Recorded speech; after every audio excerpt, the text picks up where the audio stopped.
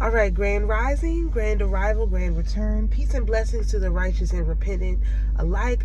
I am Chief Sophia of the AmaruKhan Band of Indians, and this video is going to be another story time, probably without my commentary, just straight up, let me tell y'all the story. Okay, so, boom, there's an elf in the village. This is not related to the 3 elf story. This is a totally different story, okay? There's an elf in the village, right? And this elf, she's new to the village. So she's not familiar with the customs of the village. However, it is elf custom in general that you have a godparent. But this elf comes from a place where her godparent was another elf. And so she, in her, background, she does not know the wickedness of the wind. She's never heard this. This is a new concept to her. And so this elf, she came into this village because she was wandering through the forest, and one of the fairy godmothers found her. And she said to her, "My child, where are you going? Where have you been?" And she says, "Well, I had to leave my home village because I made a bad decision, and they put me out of the village." And the fairy godmother is like,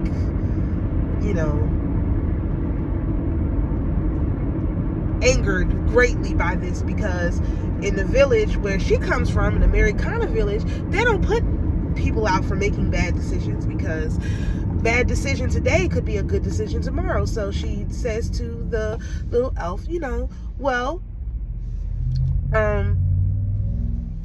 I know a place where you can go, and I can introduce you to some people who might be able to help you." And the elf says to the fairy godmother, "Well, you're a fairy. Fairies I heard fairies lie about everything, and they're mean, and they're this and they're that." And the fairy godmother begins to laugh. She's like, "Well, what do you think? Do you think I'm going to lead you to destruction?" Well, the elf thinks about this carefully and says, "Well, I've been wandering in the forest for I don't even know how long, and so whether or not you lead me to destruction, I guess I'll have to find out, because this wandering in the forest is not doing me so well." So the fairy and the elf, they go back to the AmaruKhan village, and so the elf is having a very difficult time acclimating, fitting in amongst the rest of the village, because this elf has never seen a village where fairies and elves and gnomes and mermaids and everybody lives in gnomes. Don't forget the gnomes. Everybody, lives and works together, and there's no issues. She's never seen this. And so the little elf is like, she's having a hard time with this. She's brought, some things that she learned back in her home village to this new village. And so the fairy godmother who found her, she says to her, "My child, would you like to have a fairy godmother?" And the elf is like, "What do you mean a fairy godmother? I had an elf godmother." And the fairy godmother is like, "Oh, really? And tell me what happened with this elf godmother that she allowed you to wander in the forest by yourself." And so the fairy, or the elf, little elf, she gets ready to tell her story. So this is the story of this little elf. From a child, she was like other elves. They had talents and powers. But in the village that she was raised in, every elf had a elf godparent. And so the elves were very naive when it come to the ways of the winds. And the fact that the warlocks would put messages into the winds of falsities. Well, when it came to this particular village, the chief of this village had worked out a deal with the warlocks, and in exchange for not telling the elves of this village that they were warlocks, the warlocks would send 80% true messages to the village, and then 20% lies. Where else they were sending everywhere else, they were just getting what they were getting. But this particular village, it made sure that 80% of the messages in the wind were true and 20% of the messages were lies. And the messages that were lies, they only went to certain people. And the warlocks could guarantee this because they did this kind of magic routinely. And so the elves were unaware that there were warlocks and that there were messages that came in the wind that were untrue. And so the elves grew up learning that every message that came through the wind was true. And so they believed everything that they heard because they were told every message that comes through the wind is true. Our great leaders have a bubble around us and have protected us from any other reality. This is the only reality. Now, mind you, the chief of this tribe made this agreement that 20% of the messages would be false, but they would only go to certain people. So, enter our little elf here. She has an elf godmother, and the elf godmother tells her and repeats to her routinely, believe everything that you hear and nothing that you see. And so the little elf grows up learning this, believe everything you hear and nothing you see. Well, one time, the little elf, she sees something really bad happen, and she goes to her elf godmother and she says, Godmother, I've seen something that it doesn't seem right. I saw the chief of the elves meeting with some very ugly, nasty looking creatures, and I'm not really sure why. And the elf godmother reminded her, believe everything that you hear and nothing that you see. And the little elf pondered that, and she said, but I've seen it. I've heard what they said. They said that some of the messages that come through the wind aren't true. And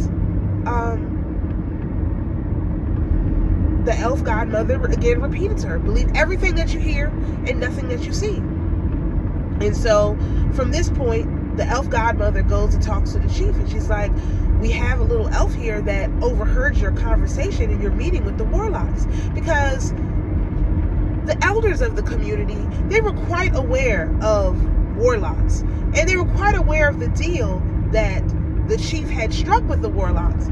But for the safety and the protection of the community, they wouldn't dare allow the little elves to know the truth about what was going on. And so from that point on, this little elf, she was marked as one of those who received false messages in the wind.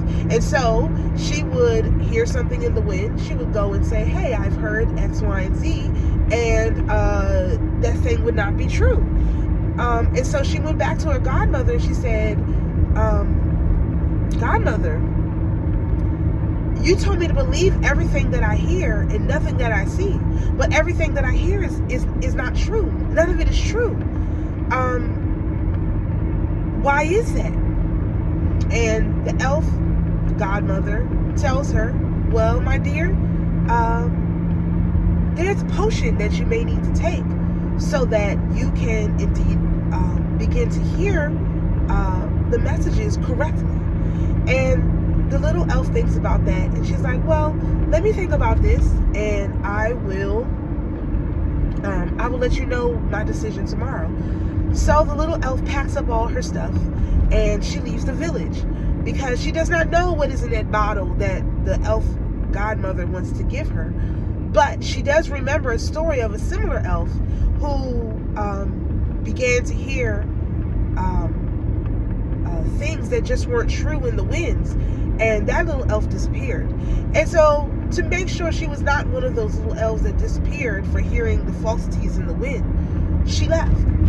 And so after recounting this story to the fairy godmother began to explain to the little elf what was going on, what was the truth of the matter. And she said, my child, you have been told a great lie, but you had a great truth. The great truth is that there are warlocks who send false messages in the wind. And when these warlocks send the false messages in the wind, it is the person who has to decide whether the message is true or not. It is not up to some saying, some culture, some colloquialism to determine whether this message is true. You have to use your heart and feel whether it feels right. And she went on to tell her, in this village, every elf has a fairy godmother.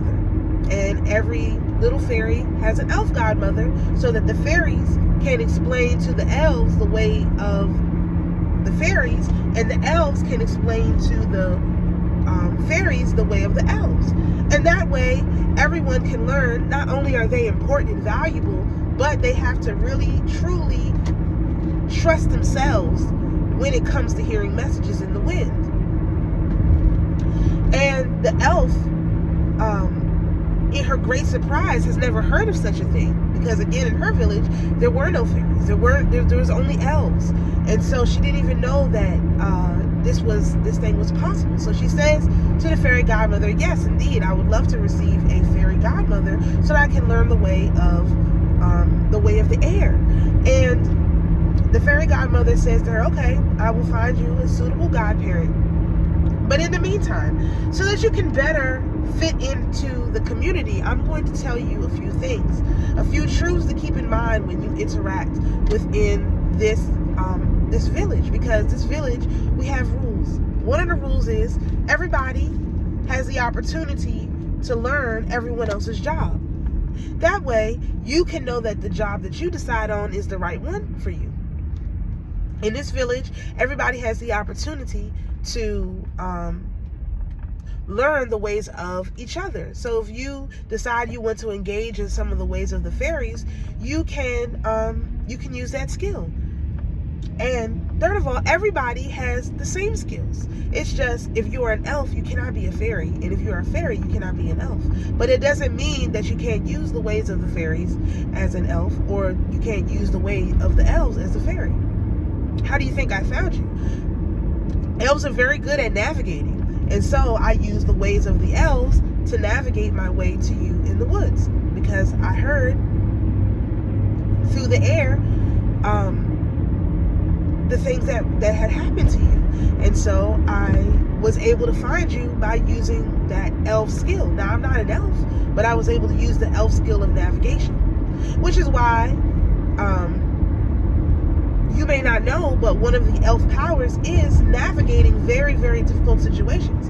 Elves can take in a lot of information and using that information determine a path forward, much like what you did when you left your village. And so there was a great truth in what you did, because you did indeed hear what you heard, but you did not trust it, and you did not stand up. No, you did. You stood up for yourself by removing yourself from this situation. And this is a great lesson that you should always carry with you. Sometimes you remove yourself from the situation in order to bring about a peace to a situation. And sometimes there's no way to bring about peace besides removing yourself from the situation. Great Ameni elf has lost a life, and fairy as well, by remaining in a situation for which they knew instinctively that was a bad situation for them. And so do not come to this village thinking that you have nothing to offer, because many elves and fairies in this village, they never get to learn this lesson the way that you have learned it. And so many people will be interested in hearing your story, so that they do not take the same path that you took. And not that you took a wrong path, my child, but that the path that you took created, a problem that, we're going to work together to solve. Because in this village, we all work together when one has a problem to solve. And the elf, she was very relieved in hearing all of this, because no one believed her when she told, her parents, her friends, what had happened with the chief. And this elf, this fairy godmother, not only knew that what she had seen was true, but encouraged her to continue to speak the truth. And so we're going to follow the story of this little elf, but I just want you to keep in mind that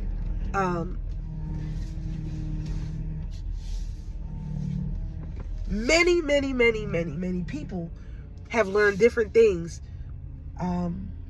as they have grown up. And some people have learned true things, and some people have learned untrue things.